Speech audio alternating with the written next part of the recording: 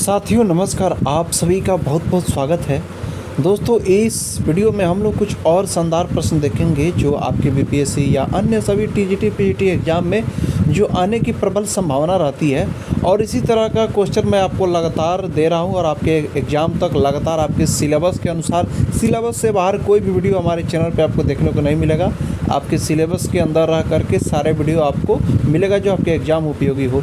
तो साथियों, अगर आप चैनल पर नए हैं तो कृपया हमारे चैनल को सब्सक्राइब करके मुझे सहयोग ज़रूर कर दें, ताकि आपके सहयोग से मुझे एनर्जी प्राप्त होता है, तो आपके लिए मेहनत करने में बहुत मज़ा आता है। तो साथियों चलिए आज के क्वेश्चन को हम लोग देखते हैं। ठीक है साथियों, अगर आपका सहयोग मिलता है तो उससे मुझे बहुत अच्छा लगता है, और आपको भी अगर आप सब्सक्राइब कर लेते हैं तो आपको भी सारा अपडेट समय से मिलता रहता है। तो चलिए क्वेश्चन है कि प्रबंध के धातु का अंतिम भाग कौन है। तो देखिए, प्रबंध के धातु के 4 भाग होते हैं। क्या क्या? उद्ग्रह एक तो हो जाता है, ठीक है, सॉरी यहाँ से उद्ग्रह, मेलापक, ठीक है, और तीसरा क्या होता है? ध्रुव, और चौथा क्या होता है? आभोग। तो यहाँ पे पूछ रहा है कि प्रबंध के धातु का अंतिम भाग कौन सा होता है? 1 2 3 4 में तो सबसे अंतिम भाग कौन होगा? चौथा भाग होगा। तो प्रबंध के धातु का अंतिम जो भाग है वो आभोग होता है। ठीक है, अगला क्वेश्चन हम लोग देख लेते हैं। लिंगों के अनुसार राग रागनी वर्गीकरण सिद्धांत किसने दिया? तो लिंगों के अनुसार राग रागनी वर्गीकरण सिद्धांत किसने दिया? तो साथियों, लिंगों के अनुसार ये संगीत मकरंद में बताया गया था। ठीक है, संगीत मकरंद।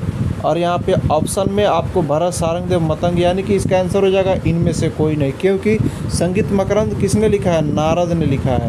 हम लोग का आंसर नारद होगा। चलिए अगला क्वेश्चन है, अब सबसे प्राचीन तत्ववाद का नाम क्या है? तो सबसे प्राचीन तत्ववाद का नाम जो है इसमें बीड़ा हो जाएगा। ठीक है, बीड़ा के बाद ही कोई तत्ववाद आया था। चलिए अगला क्वेश्चन हम लोग देख लेते हैं। वृदेशी में कितने प्रबंध का उल्लेख है?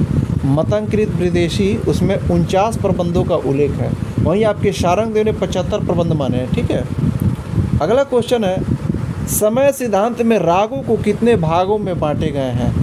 तो समय सिद्धांत में रागों को कितने भागों में बांटे गए हैं? तो देखिए 8 प्रहर माना गया 3-3 घंटे का। ठीक है, इस ढंग से 8 भागों में बांटे गए हैं, ये चीज़ सही होगा।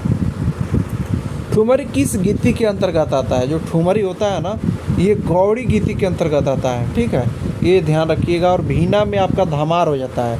ठीक है, और सूद में आपका ये ध्रुपद हो जाता है, और साधारण गीति में आपका ख्याल आ जाता है।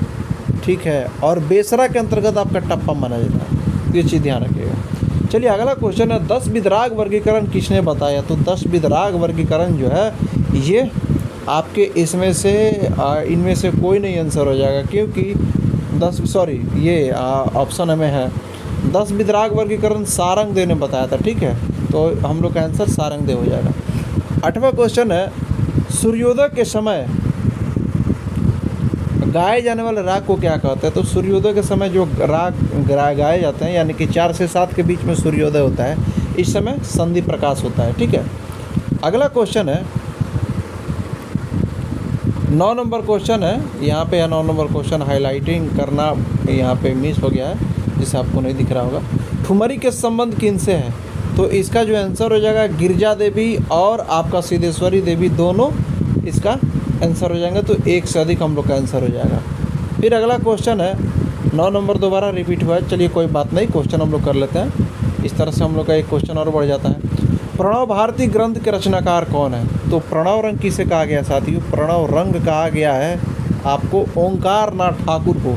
तो प्रणव भारती ग्रंथ के रचनाकार भी आपके ओंकार नाथ ठाकुर हो जाएंगे। ठीक है, अगला क्वेश्चन है, मिश्रपदी ताल किसे कहते हैं? तो मिश्रपदी ताल सबसे पहले मैं आपको आंसर बता देता हूँ, ये वाला होता है। ठीक है, आपका बी नंबर आंसर हो जाएगा, जिसका मात्रा असमान हो उसको मिश्रपदी ताल कहते हैं। जैसे आपको क्या बोलते हैं, आपको ये धमार बोल सकते हैं, धमार ले सकते हैं। ठीक है, इसमें 5 2 3 4 ऐसे करके होता है, यानी कि एक विभाग में 5 मात्रा, फिर 2 विभाग, फिर 2 मात्रा, फिर 3 मात्रा, फिर 4 मात्रा, यानी कि किसी विभाग में मात्रा समान नहीं है, यानी कि जिसका मात्रा समान हो उसे मिश्रपदी ताल कहते हैं। अगला क्वेश्चन है, मीट के कितने प्रकार हैं? ठीक है, नहीं सॉरी, मिश्रपदी ताल हो गया। हाँ, 11 नंबर क्वेश्चन है, मीट के कितने प्रकार है? तो मीट के 2 प्रकार होते हैं साथियों। ठीक है, ये ध्यान रखिएगा। कण के कितने प्रकार होते हैं, तो आप कण के भी 2 प्रकार होते हैं। ऑप्शन में हम लोग का नहीं है, तो इनमें से कोई नहीं इसका आंसर हो जाएगा, ठीक है। इसी तरह से बीपीएससी का पैटर्न आता है साथियों। बीपीएससी का आपको जो क्वेश्चन मिलेगा हमारे चैनल पे जितने भी कंटेंट आपको दिए जा रहा है विश्वास के साथ आप करिए, इसी ढंग से मिलेगा।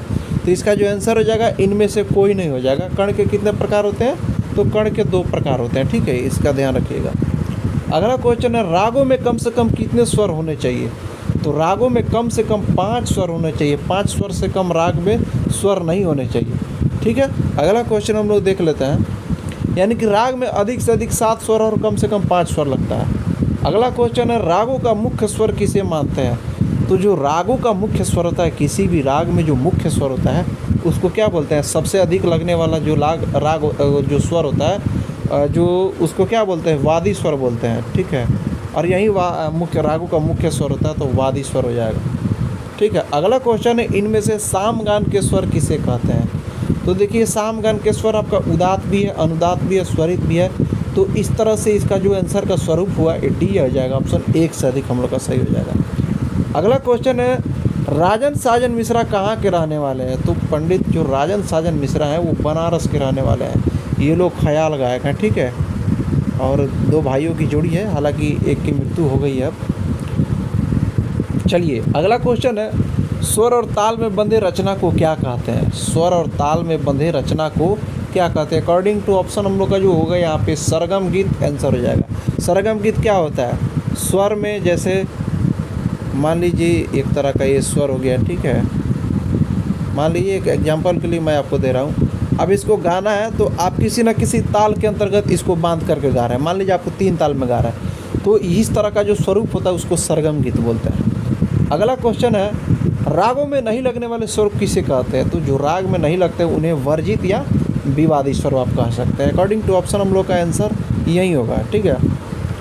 निरर्थक शब्दों से युक्त गायन किसे कहते हैं। तो निरर्थक शब्दों से युक्त जो गायन होता है उसे तराना बोला जाता है। ये चीज़ ध्यान रखिएगा। तराना का आविष्कारक किसे माना जाता है साथियों, तो तराना का जो आविष्कारक है आपके अमीर खुसरो साहब है, ठीक है, ये चीज़ ध्यान रखिएगा।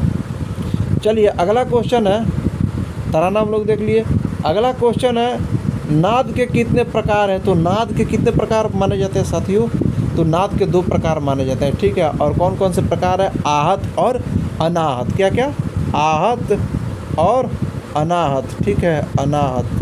तो ये चीज़ ध्यान रखिएगा। तो नाद के 2 प्रकार होते हैं। हालांकि ये कुछ क्वेश्चन आपको इसी तरह से मिलेंगे, इसी तरह से पैटर्न आता है बीपीएससी का। थोड़ा सा देखिए सारा क्वेश्चन हार्ड नहीं आता है, कुछ मॉडरेट रहेगा, कुछ हार्ड रहेगा, कुछ इजी रहेगा।